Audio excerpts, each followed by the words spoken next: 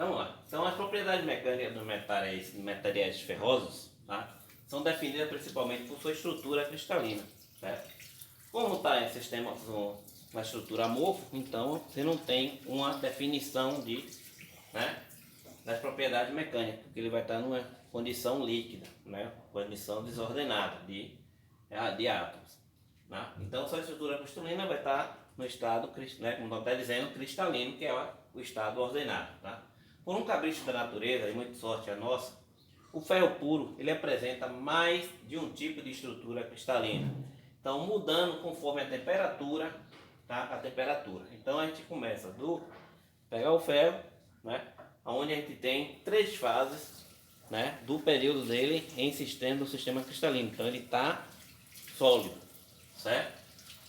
Então, a gente tem o ferro no estado líquido, até chegar o ferro no estado líquido a uma temperatura acima de 1534 graus. Então, tá? O 1534 ele não apresenta uma disposição regular de átomos, tá? Então, como eu falei a vocês, ele está amorfo, tá? Isso ocorrerá somente na solidificação quando os átomos formam a sua estrutura cristalina. Então, vamos lá conhecer quais são suas fases. Tá? Nós temos alfa, gama e delta, tá? O que define isso é a questão da variação de temperatura, é tudo no mesmo processo, tá? O ferro cristaliza sobre a forma cúbica e dependendo da disposição dos átomos dentro do cubo, isso depende da temperatura. Então a gente tem aqui alfa, gama e delta. Tá? Então vamos conhecer a estrutura do ferro alfa. Como já foi dito, o ferro pode apresentar uma natureza no estado sólido com 3 estruturas cristalinas, alfa, gama e delta, dependendo da temperatura em que se encontra. O ferro se apresenta com a estrutura alfa, né? Que é um ferro CCC ou ferrita considerado, tá? Por quê? Porque ele vem desde as temperaturas criogênicas, que é abaixo de 150 graus Celsius, até a temperatura de 912 graus, né? Então aí, de 1150 até 912, eu tenho uma estrutura alfa, tá? Chamado também, denominado de ferro CCC ou ferrita, tá? A partir de 912, a gente tem o gama, tá? Ele possui uma estrutura cristalina diferente do ferro alfa. A estrutura do ferro gama é a cúbica de face centrada, chamada CFC. O ferro gama para o ferro puro existe entre a temperatura de 912, a partir de 912 até 1394 graus Celsius. Certo? Então essa aí é a segunda fase, né, do processo. Então essa aí é o ferro gama. Tá? Ferro gama também é conhecido como ferro CFC ou austenita. Como o próprio nome diz, essa estrutura ela é formada por um cubo. No entanto, a disposição dos átomos dentro desse cubo é um pouco diferente daquela do ferro CCC.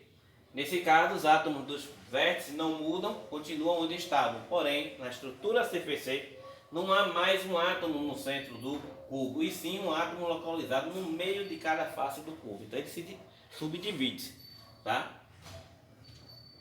E o delta, né, que é a terceira fase sólida do processo, até a questão dele se tornar líquido. Então o ferro delta ele é idêntico ao ferro alfa, exceto quando a faixa de temperatura no qual existe, ele possui também uma estrutura cúbica de corpo centrado, CCC, e é também chamado de ferrita, tá?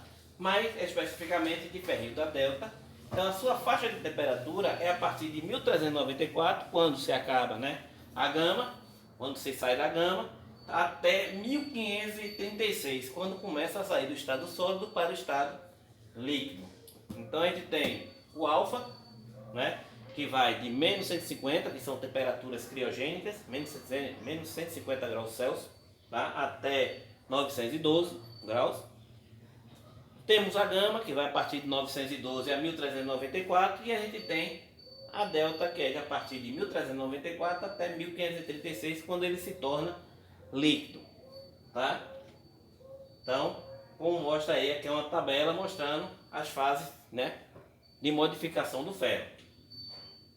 Logo, se aquecemos o ferro a partir da temperatura ambiente até o da evolução do mesmo, teremos 5 fases, né? Então, aquelas 3 fases sólidas, alfa, gama e delta. A fase líquida, né, que chega a 1536 graus, tá? é chamado de ferro derretido, e tem a fase gasosa, que é a partir acima de 1860 graus Celsius.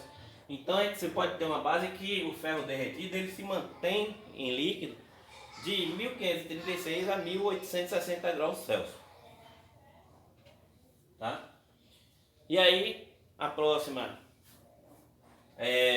aulinha aqui vai ser falando sobre os processos siderúrgicos.